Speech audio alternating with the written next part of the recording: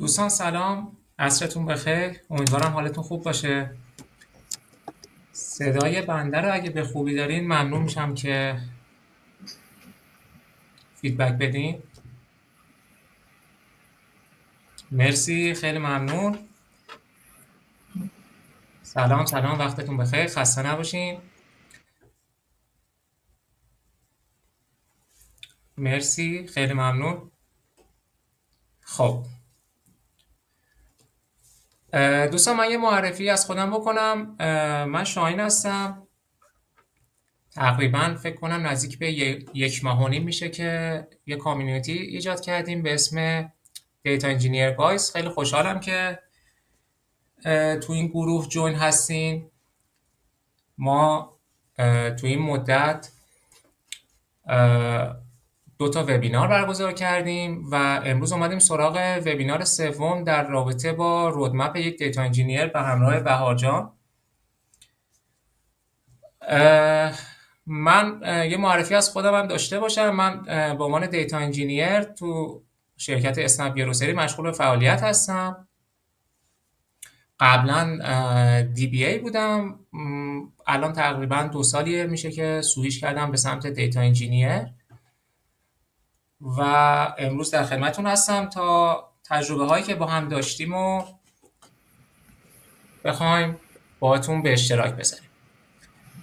خب من میکروفون رو میسپارم دست بهار جان تا بهار جان هم خودشون رو معرفی کنن و بعد خواهش می‌کنم. بهار جان.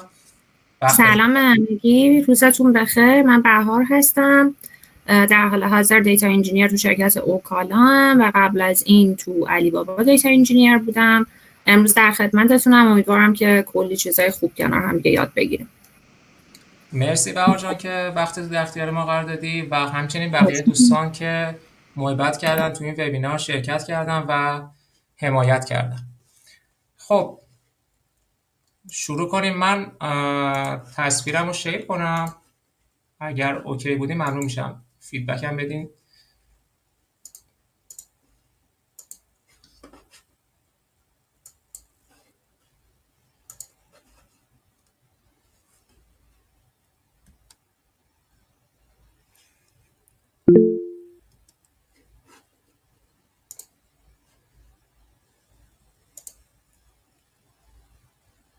دوستان صفحه منو میبینین؟ شیر شده؟ مرسی، خیلی ممنونم. خب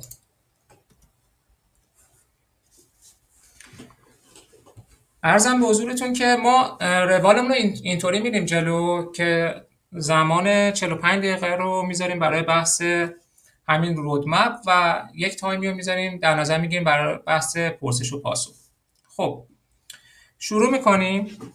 ببینید دوستان، ما امروز همونطور که از تایتل مشخصه میخوایم در رابطه با رودمپ یک دیتا انجینیر صحبت کنیم. قبل از شروع من میخوام یه جمله خدمتتون بگم.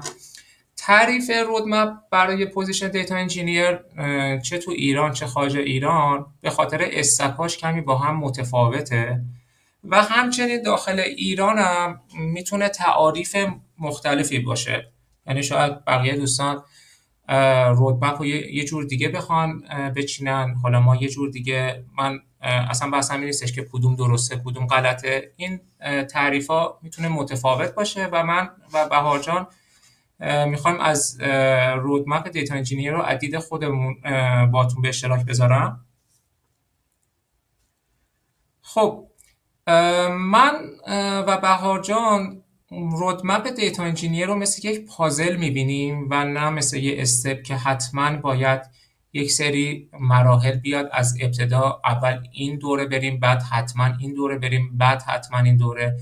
اینو با عنوان یک پازل داریم تعریف میکنیم که یک سری از دوره ها پیش نیازه که اونا کاملا مشخصه که جلوتر بهش اشاره میکنیم.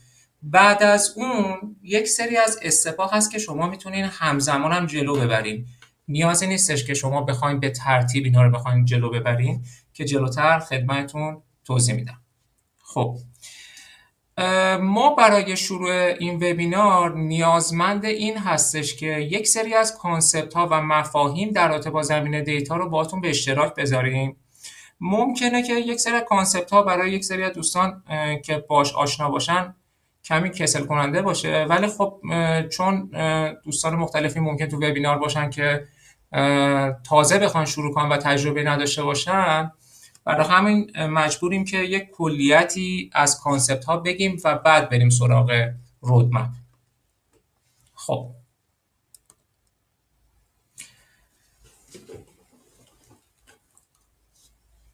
برای شروع ببینید، من با یه تعریف از دیتابیس شروع میکنم و بعد میریم جلوتر با کانسرن ها و دغدغه های یک دیتا انجینیر بیشتر آشنا میشیم. ببینید، دیتابیس از نظر تعریف میتونه یک ظرف باشه که ما با 4 تا اکشن باهاش سر و کار داریم. یکی اکشن اینزرت، یکی اکشن آپدیت، یکی اکشن دیلیت، یکی اکشن سلکت.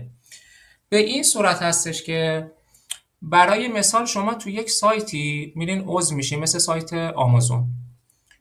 وقتی که شما میان یک اکانت میسازین، اطلاعات شما مثل یک اکشنی به عنوان اینزرت وارد اون ظرف قرار میگیره. وقتی که شما میرین یک محصولی رو میخواین مشاهده کنید، فیلتر بذارید روی کاتگوری لوازم خانگی، یک اکشنی به سمت اون ظرف دیتابیس ما میره به اسم اکشن سلکت. وقتی که شما میخواین بیاین بعد یه مدتی آدرستون رو تغییر بدین، یک اکشنی میره سمت دیتابیس به اسم اکشن آپدیت. و بعد از یه مدتی ممکنه که شما بخواید بیاین یک دیتایی از خودتون رو پاک کنید، مثلا یوزرتون رو پاک کنید. یک اکشنی میره سمت دیتابیس به اسم اکشن دیلیت. ما کلاً با این ظرفمون با این اکشن ها تعامل داریم. شما به عنوان اند یوزر که وارد یک سایت میشین اینا رو نمیبینید، ولی بک‌گراند اون سایت این اکشن ها همش درگیر با اون ظرف دیتابیس. خب حالا خود دیتابیس ها که شما ممکنه به اسم بانک اطلاعاتی یا پایگاه دادن بشناسین یا شنیده باشین، خود دیتابیس ها به 2 دسته تقسیم میشه. یکی دیتابیس های ریلیشنال، یکی دیتابیس های نان ریلیشنال.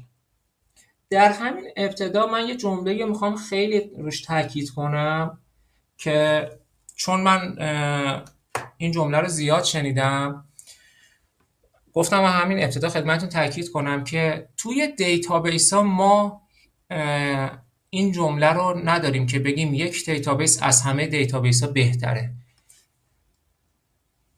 به این صورته که هر دیتابیس مزیت خودشو داره، هر دیتابیس معایب خودشو داره.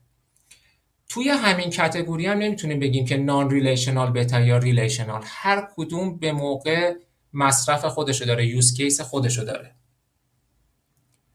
چون یه زمانی بحث نو اسکیول تو ایران که خیلی داغ شده بود، یه سری من دوستان میشنم که میگفتن که ما دیگه کلا میریم سمت نو اسکیول و دیگه کسی ریلیشنال استفاده نمیکنه. نه، این کلا این تعریف اشتباهه. اینا هر کدوم یوز کیس های خودشون دارن. خب حالا من خیلی به خاطر محدودیتی که زمانی که داریم نمیتونم خیلی باز کنم که فرقای اینا چیه. یه کلیتی فقط میتونم بگم و ایشالا قسمت بشه توی وبینار دیگه‌ای بخوایم اینا رو بخوایم دیپتر در موردش صحبت کنیم. فرق دیتابیس ریلیشنال و نان ریلیشنال توی نوع دیتا که توی این دیتابیس ها ذخیره میشه، به نوع ذخیره سازیشون و یک سری پارامترهای دیگه اینا رو از هم متمایز میکنه. خب گاهن ما به دیتابیس های نان ریلیشنال دیتابیس های نو اسکیول هم میگیم. دیتابیس هایی که ریلیشنالن ما با یک زبان مشترکی به اسم SQL Structured Query Language ما با این دیتابیس ها تعامل داریم. جنس دیتاهای ما به 3 دسته تقسیم میشه. جنس دیتاهای ما به دسته استراکچر، سمی استراکچر و آن استراکچر تقسیم میشه. من جلوتر مثال میزنم. دسته استراکچر دسته دیتا هایی هستش که شما توی دیتابیس های ریلیشنال معمولا ازش استفاده میکنی. به این صورته که شما از قبل از اینکه دیتا رو بخواید تو دیتابیستون درج کنین، ساختارتون رو اومدین مشخص کردین که چه جداولی دارین، کالمناتون چیه، فیلداتون چیه و طراحی دیزاین دیتابیستون رو انجام دادین که دیزاین به شدت قسمت مهم یک پروژه است و مشخص کردین که شامل چه تیبلایی هست و چه کالمنایی.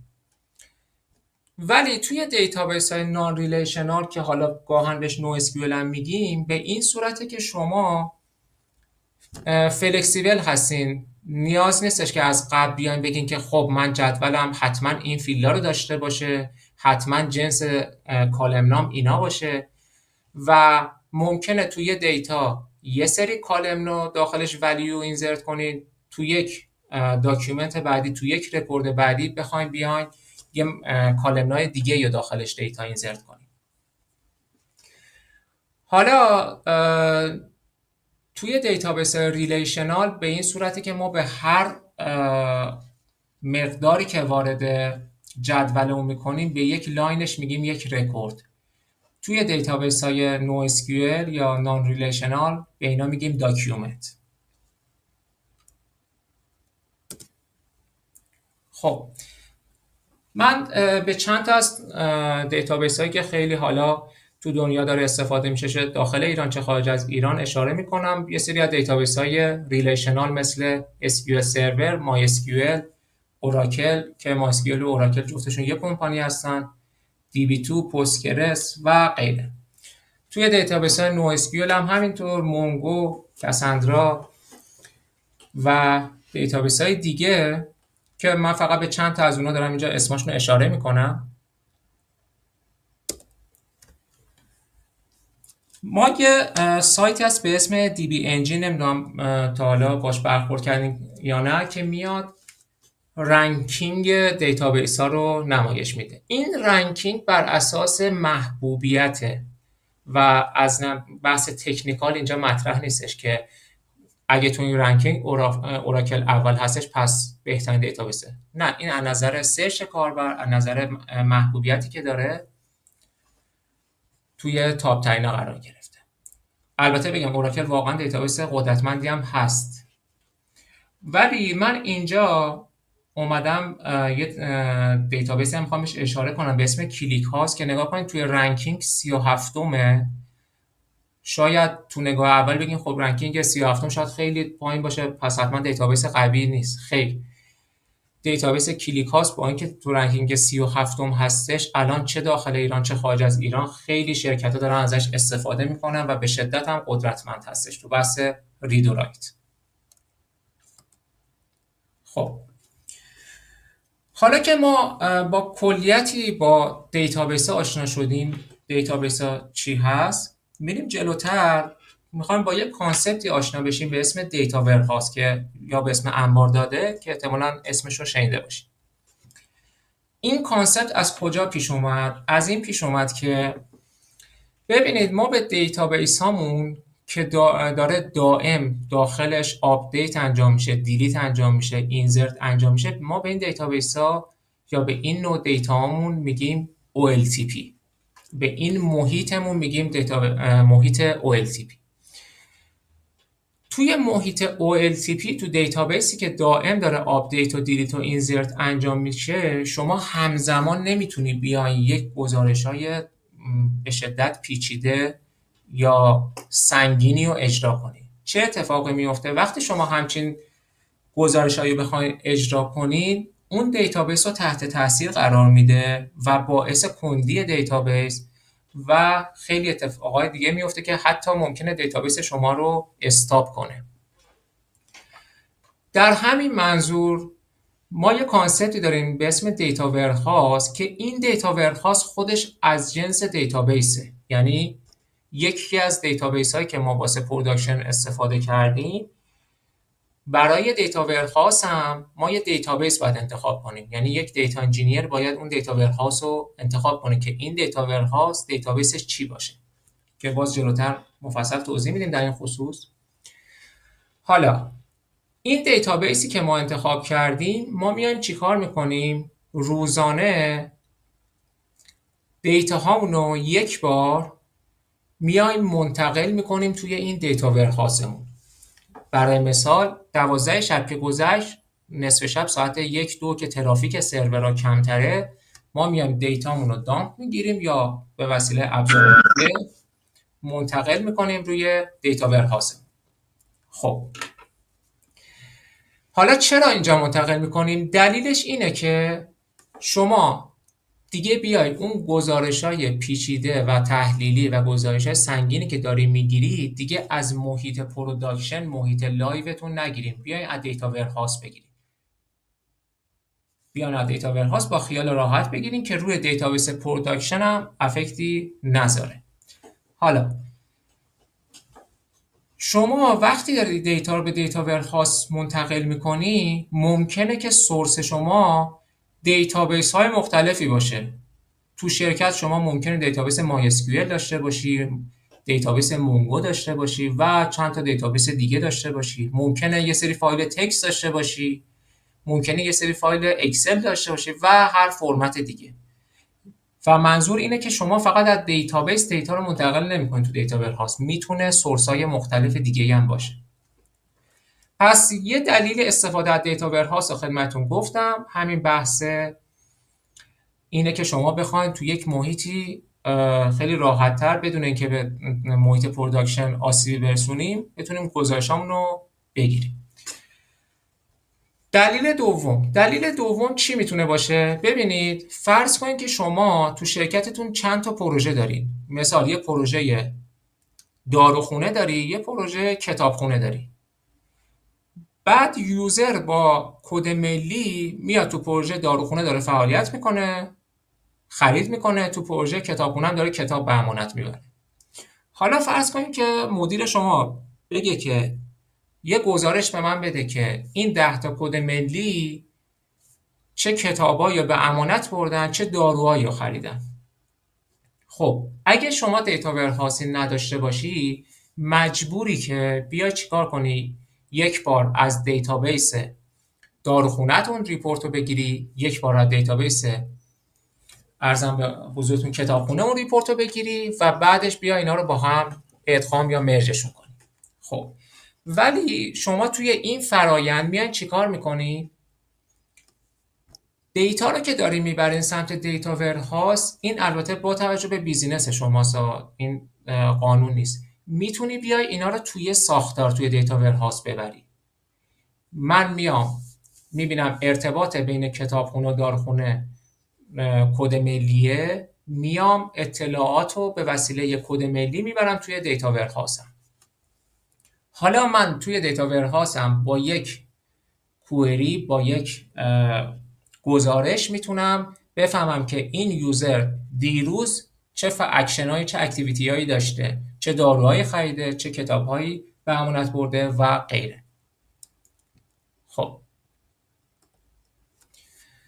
مرحله بعدی بحث ETL هستش. ETL به معنای Extract Transform Load، اکشنیه که میگه که شما وقتی دیتا رو داری میبری سمت دیتا ورهاوس، میای چیکار میکنی؟ میتونی یه سری کارا انجام بدی. مثلا بیای دیتا تو کلین کنی، یه سری دیتا که ولید نیست رو حذف کنی، یا ارزم به حضورتون که بیای یک پارچه کنی. یک پارچگی یعنی چی؟ من تو پروژه کتابخونه‌ام شماره موبایل با 98 شروع میشه، تو پروژه داروخونه‌ام با 0912 شروع میشه. اینا رو میام با یه فرمت میبرم تو سمت دیتا ورهاوس و خیلی کارهای دیگه. مثلا ممکنه بخوام دیتامو اگریگیت ببرم و خیلی اکشن‌های دیگه. خب پس دیتایی که من معمولا میبرم سمت دیتا ورهاوس، بازم میگم این قانون نیست، معمولا جنسش استراکچره، یعنی کلین شده، یه دیتای کلین شده که روش یک سری پروسس من انجام دادم بردم سمت دیتا ورهاوس. خب حالا بعد که دیتا ها میره سمت دیتا ورهاوس، با ابزارهای ویژوالایزی مثل پاور بی آی، سوپرست، متابیس، کلیک ویو، تبلو و خیلی ابزارهای دیگه که من به چند تاشون اشاره کردم میتونید این دیتا ها رو بیاین ویژوالایز کنید، بیارین روی نمودار، بیارین روی داشبورد و غیره. به محیطی که من دوباره میگم به محیطی که به صورت پروداکشن داره دیتا روش ریل تایم ذخیره میشه، روش اکشن انجام میشه، به اون میگیم محیط OLTP. و به محیطی که برای گزارشگیری ما هستش بهش میگیم محیط OLAP. خب من میکروفون رو میسپارم سمت بهار جان تا صحبت ها رو و موارد رو تکمیل تر کنم. ممنونم شاهین جان، مرسی از توضیحاتت. خواهش میکنم. من پرزنت رو استوب کنم.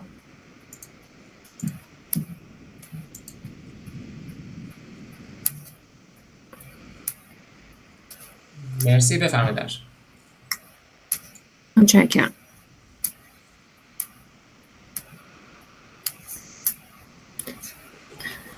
دوستان صفحه منو دارید؟ یه فیدبک اگه میشه نشون بدید که من متشکرم. خب بریم سراغ بحث جذاب بیگ دیتا. یه چیزی که این روزا خیلی اسمش شنیده میشه و با توجه به اهمیت روزافزون دیتا احتمالاً برای خیلی جذابه که راجعش بدونن و یاد بگیرن. بریم ببینیم مثلا بیگ دیتا چیه و کجاها استفاده میشه. بیگ دیتا یا کلان داده مجموعی از داده هاست که حجمشون خیلی زیاده و با گذشت زمان به صورت تصاعدی در حال رشدن و با توجه به حجم زیادش مدیریت و پردازشش با ابزارهای قدیمی کار سخت یا نشدنیه. و همین خاطر یه سری ابزارهایی اومدن توسعه پیدا کردن تو همین پلتفرم که حالا در ادامه میخوایم بیشتر راجعش صحبت کنیم.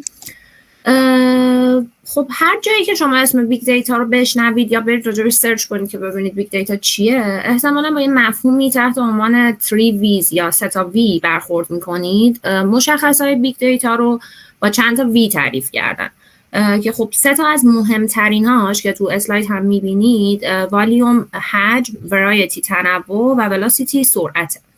خب همونطور که اشاره کردم حجم این دیتا ها خیلی زیاده چون از سورس های مختلفی داره با سرعت خیلی زیادی دیتا جنریت میشه و ما تو بحث بیگ دیتا دیگه با انواع دیتا هایی که استراکچرد، نان استراکچرد و سمی استراکچرد هستن سر و کار داریم و سرعت رشد این دیتا خیلی زیاده.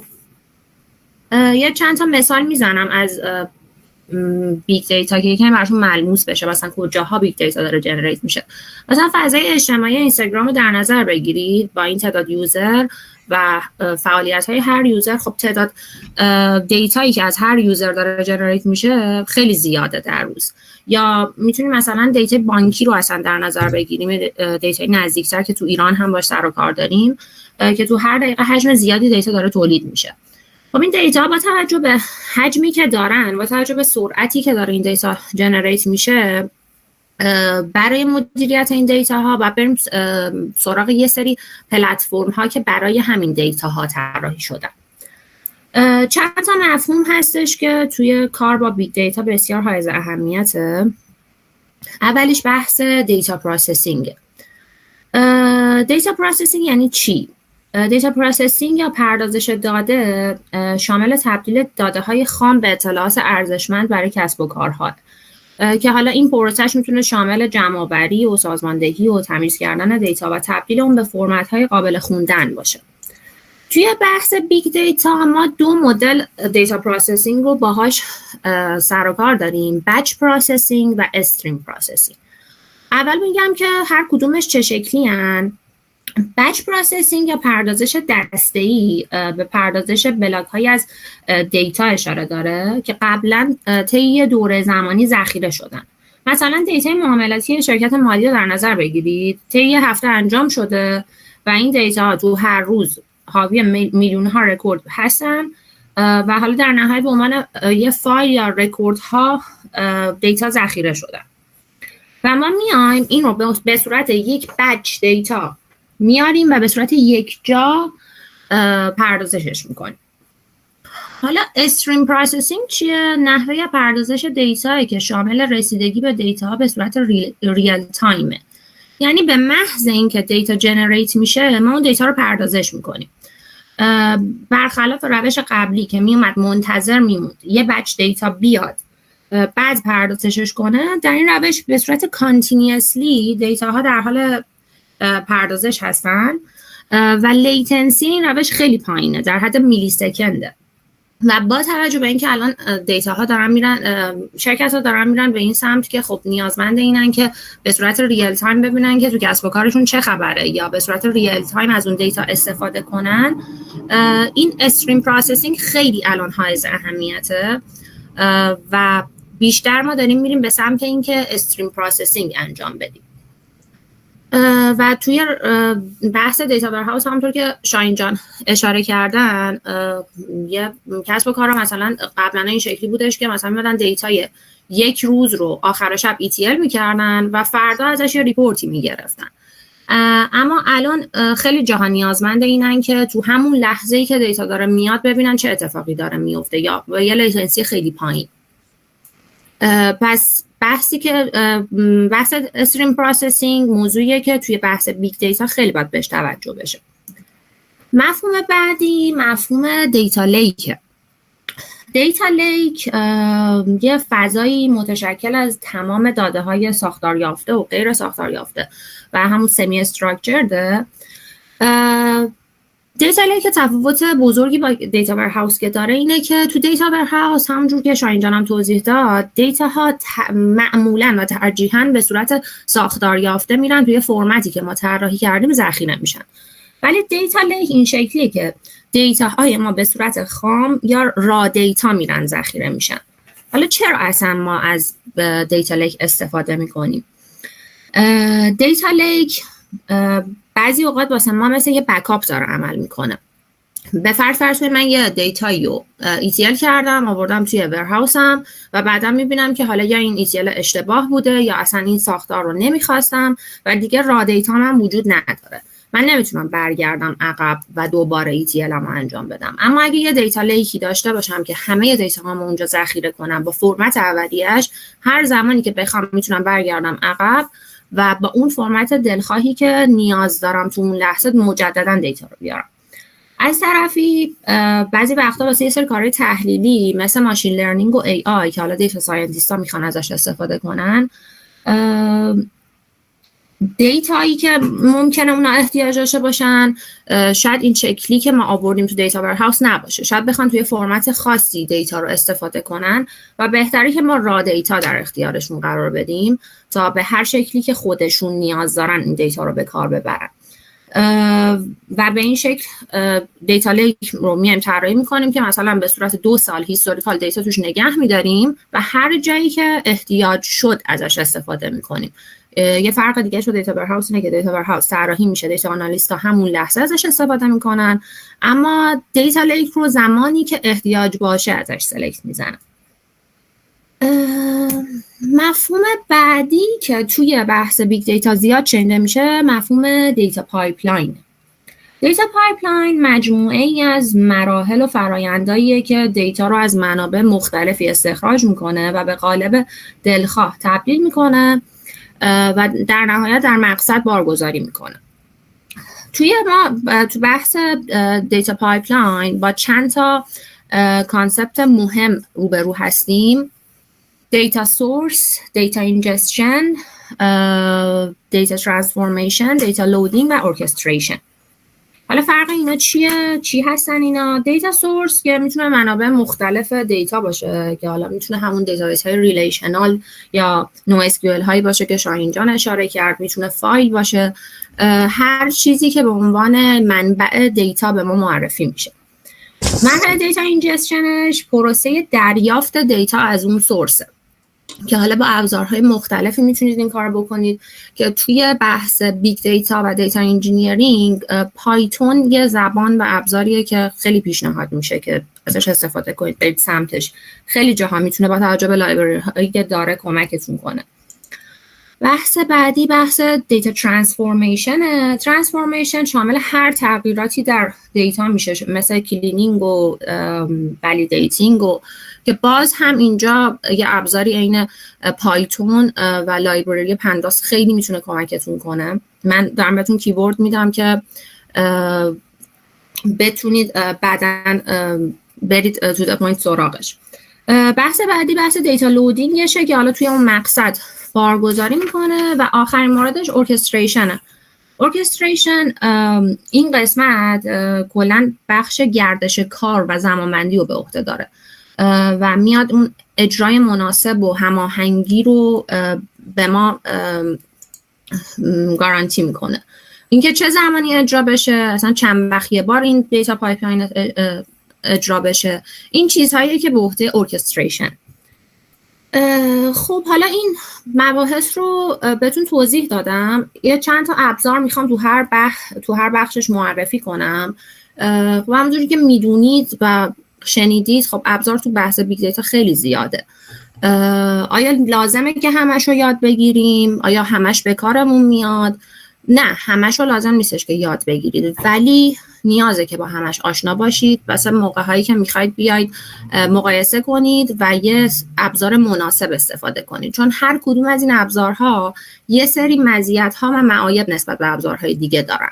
پس یه شناخت کلی از همه ابزارهای ترند بازار از دیتا انجینیر انتظار میره. حالا من اینجا چند تا از ابزارهایی که هم تو ایران هم خارج ایران بیشتر استفاده میشه و ازتون بیشتر انتظار میره که بلد باشید و معرفی میکنم. واسه بحث دیتا پروسسینگ که گفتم دو نوع، استریم و بچ داره. آپاچی کافکا یه ابزاریه که برای بحث استریمینگ خیلی قوی داره عمل میکنه و به عنوان یه دیتا انجینیر معمولا انتظار میره که بلد باشید. واسه بحث بچ استریمینگ هم، بچ پروسسینگ هم آپاچی اسپارک رو معرفی میکنم.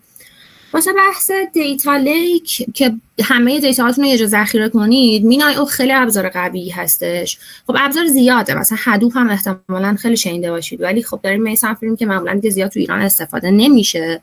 میگم بازم بسته به یوز کیس ممکنه که تفاوت داشته باشه. ما ابزاری استفاده میکنیم، معرفی که میکنیم اینجا که کارآمدتر باشه، بیشتر در آینده به کارتون بیاد، اما ابزار زیاده.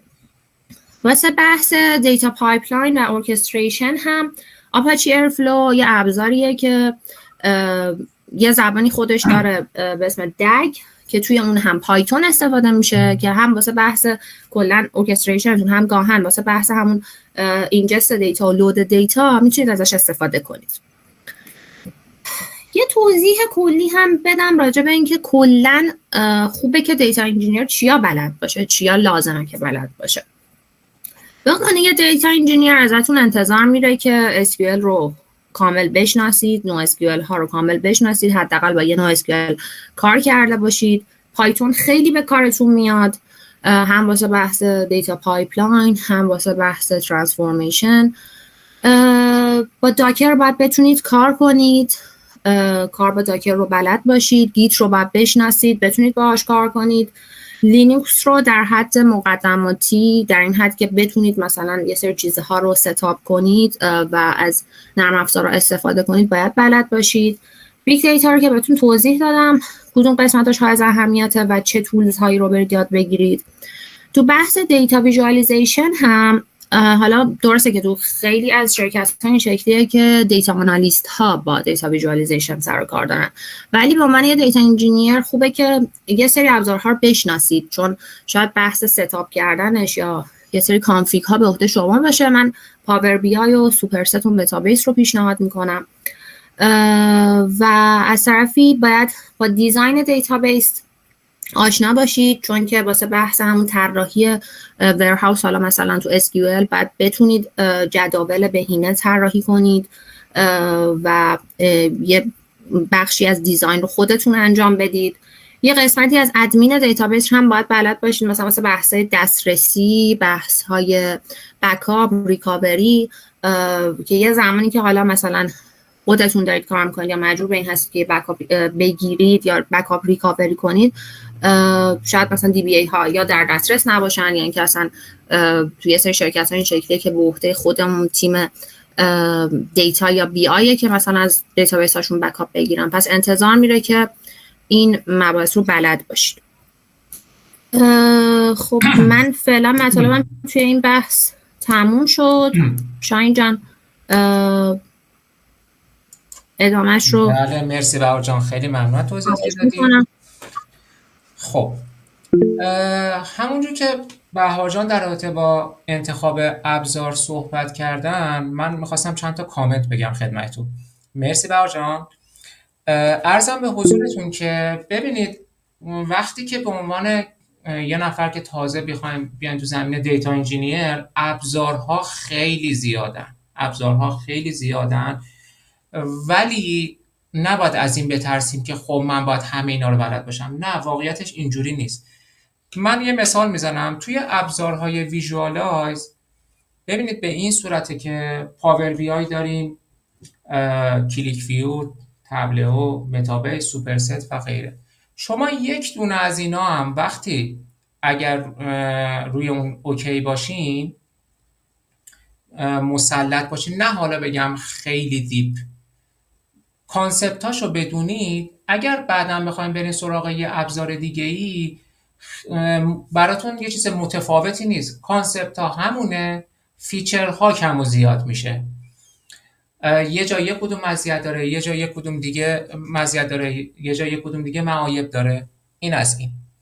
خب این از انتخاب ابزارها که تو هر کتگوری روی یک کدوم مسلط باشیم، مابقی رو بشناسیم. یعنی من اگه دارم ایرفلو رو کار میکنم، روی ایرفلو اومدم مسلط شدم، اگر نایفای کار نمیکنم بدونم که نایفای فرقش با ایرفلو چیه، تو نایفای چی کارا میشه انجام داد. و از این نترسیم که من دارم تو شرکت کار میکنم، مثال ایرفلو داریم، اگه رفتم یه جا دیگه گفتم ما نایفای داریم، بگم نه من بلد نیستم. نه، اصلا از این قضیه نباید بترسیم. کانسپت ها همونه و کمی باش کار کنیم میتونیم روش مسلط بشیم. خب این از این نکته. نکته دوم، از یه دیتا انجینیر اگه شما توی شرکت جوین میشین، باید فرق بین دیتابیس های نو اسکیول و اسکیول رو خوب بدونیم.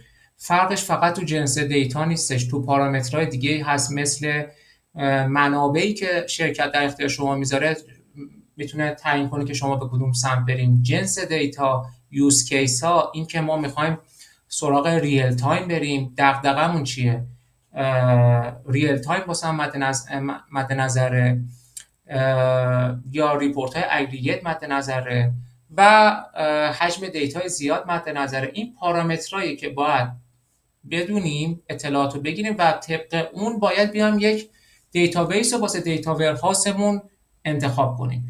قبل از اینکه بخوایم دیتابیسمون رو انتخاب کنیم، اول ببینیم که ما میریم سراغ نو اسکیول یا SQL.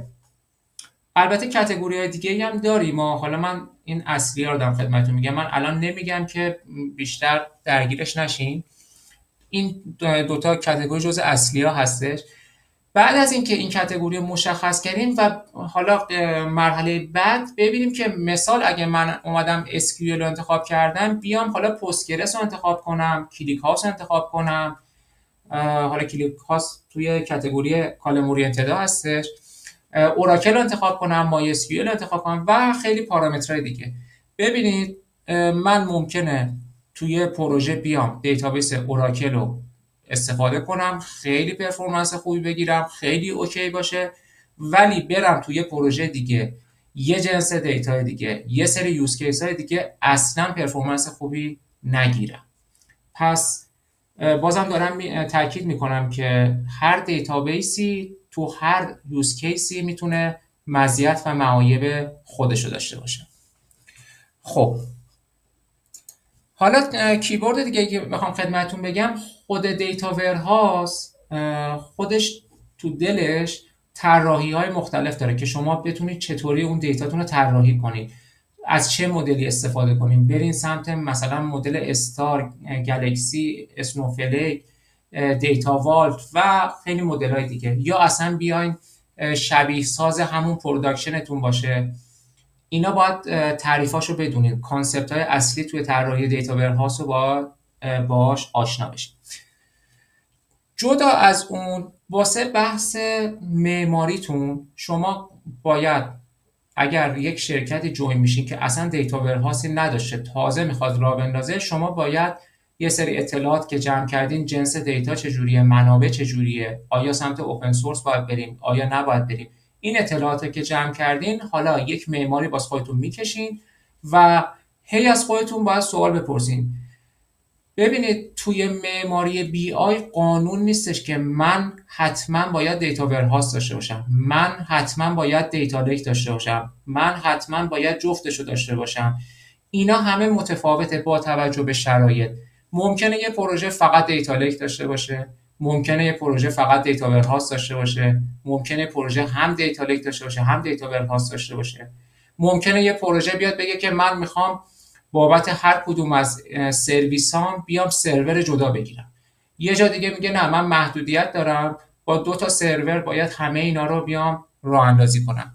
این حالتهای مختلفیه که هیچ کدوم قانون نیستش و با توجه به بیزینس ها اینا متفاوته. یه بیس اولیه داره، ولی مثال میگم دیتا لیک خیلی خوبه، ولی باید ببینم که آیا من نیازم میشه مثلا برم هزینه‌شو بپذیرم و دیتا لیک رو اندازی کنم یا خیر. وقتی نیازم نمیشه مثلا رو اندازی نکنم. این کجا پیش میاد که من دیتامو چقدر دارم کلین میکنم. اگر خیلی دارم کلین میکنم و دیتای پروداکشنم و دیتا ورهاوسم خیلی متفاوته، پس دیتا لیک میتونه خیلی به من کمک کنه که من اگر همونجوری که بهار اشاره بعد چند ماه یه دفعه دیدم ETLم به هر دلیلی اشتباهه، بتونم دوباره دیتا رو بیارم. و کیورد آخر این که کلاً توی این پروسه شما همش درگیر آرندی هستین، همش همینجور داره استکا اضافه میشه، استکای جدیدتر، ارزم به حضور ابزارهای جدیدتر میاد، ورژن‌های جدیدتر میاد و باید همش در حال بروز شدن باشیم، همش هی در موردش بخونیم.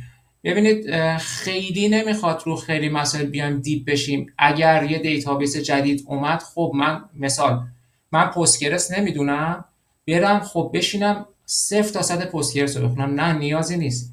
اون قسمت‌های اصلیشو بدونم، هر موقع که نیاز شد میرم وقت میذارم روش و اطلاعات بیشتر در موردش به دست میارم. نمیخواد بیایم رو همه اینا بخوایم خیلی بدونیم، رو هر کدوم از ابزار بخوایم دیپ بشیم 0 تا 100شو، چون خیلی هم زمان میگیره. پس حتی آرندی های خیلی کوچیک، ببینید همین لینکدین هم ما داریم تو روز ریویو میکنیم، میتونه همین آرندی ما باشه. چنل هایی که در رابطه با دیتا فالو کنیم، هی ما کانسپت های جدید، این همینجوری مثل پازل داره به شما کمک میکنه که دانشتون تکمیل تر بشه و رفته رفته بری جلوتر. و توی فیلد دیتا انجینیر آرندی جزء الزاماته، یعنی هر روز شما درگیر آرندی هستید، همش باید هی بخونیم. آرندی منظورم نیست 3 ساعت ها، حتی میتونه میگم همین چنل های توی حالا لینکدین پیجا و سایت های دیگه، گروه ها، همینا رو بخونید شما هی کیورد جدیدتر به دست میارید. خب بهاش قسمت پوزیشن هم ممنون میشم شما اشاره کنید و بعدش بریم سراغ بحث پرسش و پاسخ. فقط یه نکته من قبلش بگم، احتمال داره که ما بعد 1 ساعت میتمون بسته بشه به خاطر خود گوگل میت. من یه لینک دوم توی چت همینجا میفرستم، لطفا کپی داشته باشین که اگر بسته شد سویش کنیم روی لینک دوم. مرسی بهار جان، ممنون میشم. خواهش میکنم شاهین جان. من به عنوان بحث آخر راجع به یه سری پوزیشن ها توی فیلد دیتا صحبت میکنم. یه چند وقته که خب بحث دیتا خیلی ترند شده و میبینم که خیلی از کسایی که حالا دانشجوان یا دارن فارغ التحصیل میشن علاقهشون اینه که به این سمت حرکت کنن. برای شفافتر شدن مسیر باید بدونید که چه عناوین شغلی توی این حوزه وجود داره و تفاوت‌هاشون چیه. چون احتمالاً مثلا وقتی که میرید جاب اینجا یا جاب ویژن رو باز میکنید چندین عناوین مختلف هستش که توی این حوزه میبینید. مثلا دیتا انجینیر هست، بی آی دیولوپر هستش، دیتا آنالیست هست، دیتا ساینتیست هست. من میخوام اشاره کنم که کلا اینا چه اشتراکاتی دارند ولی چه تفاوت‌هایی با هم دارن، واسه کسایی که الان اول کارن میخوان شروع کنن ببینن که اصلا علاقهشون به کدوم سمته. دیتا انجینیر که حالا با توجه به صحبت‌هایی که کردیم مشخصا این شکلیه که دیتا انجینیر میاد اون زیرساخت دیتا رو فراهم میکنه و دیتا رو به یه مرحله قابل استفاده میرسونه تا دیتا آنالیست ها و دیتا ساینتیست ها بتونن ازش استفاده کنن. و تو چند سال اخیر خیلی رشد داشته و شرکت‌های زیادی نیازمند به دیتا انجینیر هستن، حالا چه داخل ایران چه خارج از ایران. و توی رنکینگ های عناوین شغلی تو حوزه تک رنک خیلی خوبی داره دیتا انجینیر. اما خب تو حوزه دیتا کسی دیگه هم هستن که دارن فعالیت میکنن و ممکنه با توجه به علایقتون بخواید به اون سمت حرکت کنید. دیتا آنالیست و دیتا ساینتیست دو عنوان شغلی دیگه هستن که مطرح هستن توی این حوزه. فرقشون حالا این شکلیه که دیتا آنالیست ها روی دیتا های موجود یا کوئری میزنن یا ریپورت درست میکنن که برای سازمان اینسایت فراهم کنن. حالا خیلی به صورت خلاصه دارم توضیح میدم نقش های هر کدوم رو. دیتا ساینتیست هم بیشتر با این مطرحن که میان مدل های ماشین لرنینگ رو برای پیش بینی و تصمیم گیری طراحی میکنن. علاوه بر این شما ممکنه باز هم یه عنوان شغلی دیگه ای مثلا موقعی که دنبال کار میگردید ببینید به عنوان بی آی دیولپر. بی آی دیولپر چی کار میکنه؟ حالا هر شرکتی ممکنه که تعاریف مجزای خودش رو داشته باشه، اما من دارم حالا یه تعریفی میگم که توی اکثر موارد بتونه فیت باشه. بی آی دیولپر ها معمولاً این وظیفه رو بر عهده دارن که از سورس های مختلف بیان دیتا رو گدر کنن، دیتا ورهاوس طراحی کنن و در نهایت دیتا رو به اون مرحله‌ای که آماده ویژوالایز برسونن. ممکنه شما به عنوان کسی که تازه میخواید وارد این حوزه بشید مردد باشید که خب چطوری عمل کنید که اصلا حالا به اون استپ دیتا انجینیرینگ برسید. واسه کسایی که تازه دارن قدم توی این مسیر میذارن، من پیشنهاد میکنم که اول شاید بد نباشه که یه مدت یه تجربه رو از بی آی دیولپر تجربه کنید، چون که بی آی دیولپر و دیتا انجینیر اشتراکاتشون زیاده. یعنی شاید کارهایی که بی آی دیولپر انجام میده کاری باشه که دیتا انجینیر هم اون کار رو انجام میده، اما خب طیف کارهای دیتا انجینیر خیلی گسترده تره. شاید بد نباشه که به عنوان مثلا یه بی آی دیولپر اول مشغول به کار بشید و بعد خودتون رو آپگرید کنید و وارد حوزه دیتا انجینیرینگ بشید. و با توجه به اگه بخوام راجع بازار کارش بگم، توی داخل ایران و حتی خارج از ایران جزء پوزیشن های شغلی هستش که جاب پوزیشن خیلی زیاده براش. حتی مثلا شما تو سایت لینکدین برای خارج از ایران هم چک کنید، جزء جاب هایی هستش که خیلی آگهی براش زیاده و از این بابت میتونه خیالتون راحت باشه. خب شاید اینجا من مطلب دیگه این ندارم، فکر میکنم بعد نباشه بریم سراغ پرسش و پاسخ. من مرسی باشم. من با عزتون 2 تا جمله دیگه هم بگم تکمیل کنم. خواهش میکنم. ببینید دوستان، یه زمانی بود که توی شرکت ها بحث دیتا خیلی نیاز اضافی بود و اصلا دغدغه نبود و میگفتن که حالا ما یه جایی واسه ریپورت هم سامانه‌ای داشته باشیم بد نمیشه. الان به قاطعیت میتونم بگم که جزء اولویت‌های یک شرکت‌ها شده. تو خیلی از شرکت‌ها فکر کنم کاملا مشخصه توی بحث آگهی چه داخل ایران چه خارج از ایران بحث دیتا خیلی بولد شده. فعلا تا چند سال آینده خیلی حرف واسه گفتن داره. با توجه به بحث AI که اومده نمیتونیم بگیم برای همیشه، تا فقط تا چند سال بعد میشه تضمین کرد البته تو هر فیلدی. فعلا ریسک خیلی کمی داره و برای ورود به این مسیر من خیلی به شدت پیشنهاد میکنم بحث دیتا رو. واقعا تو دنیا بحث دیتا داره جای نفت رو میگیره، انقدر ارزشش رفته بالا، همونجور که خودتون هم میدونید. همونجور که بهار جان اشاره کرد، توی این استکایی که من داشتم خدمتتون میگفتم یه دیتا ورهاوس باید بیاد دیتابیس مناسب انتخاب کنه، همونطور باید ابزارهای نصب و راه اندازی آرندی ابزارهای ETL و دیتا پایپلاین و حتی ابزارهای ویژوالایز هم خودش آرندی کنه، انتخاب کنه کجا نایفای استفاده کنه، کجا ایرفلو، کجا ویژوالایز. یه سوال شاید براتون پیش آمده باشه که الان خب ویژوالایز رو که شاید تو شرکت من انجام ندم، من اگه دیتا انجینیرم چرا من برم نمدش بدونم؟ من پیشنهادم اینه که این استکی که ما الان معمارش رو دیدیم در مورد کلش نمیگم حالا سمت بیای دیپ بشیم، ولی بدونید که داره چه اتفاقی میفته.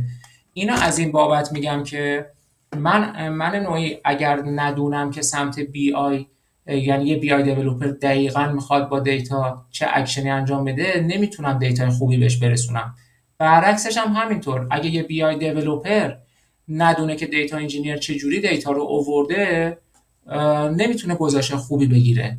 و اگه فقط یه جلوش یه سری دیتا بذاریم بگیم خب اینا رو شما ویژوالایز کنین، این شاید نتونه کمکش کنه. پس برای همه این پوزیشن ها پیشنهاد میکنم چه دیتا آنالیست، چه دیتا انجینیر، چه بی آی دیولپر و بقیه فیلدهای دیتا بدونن که تو استپای دیگه داره دقیقاً چه اتفاقایی پیش میاد. حالا واقع بینانه بخوایم نگاه کنیم، به عنوان کسی که یه نفر بخواد تازه شروع کنه تو مسیر دیتا انجینیر، عرضم به حضورتون که واقعا واقع بینانه بگم چه داخل ایران چه خارج از ایران بدون تجربه کاری خیلی سخت میشه استخدام بشیم. حالا اشکال نداره، برای شروع من از دانشگاه تازه اومدم، خب میگم که بیام برم سمت بی آی و دیتا آنالیست که حالا استک‌های سبک‌تره، اسکیل‌های کمتری میخواد، نمیگم فیلد ضعیفی ها، منظورم اینه که استکاش به نسبت دیتا انجینیر کمتره، با اونا شروع کنم بیام تو مسیر دیتا. حالا کم کم میتونم جابجا بشم برم سمت دیتا انجینیر، با نصب و راه‌اندازی آشنا بشم، با کارهایی که دیتا انجینیر انجام میده، ستاپ انجام میده، آردی و غیره آشنا بشم.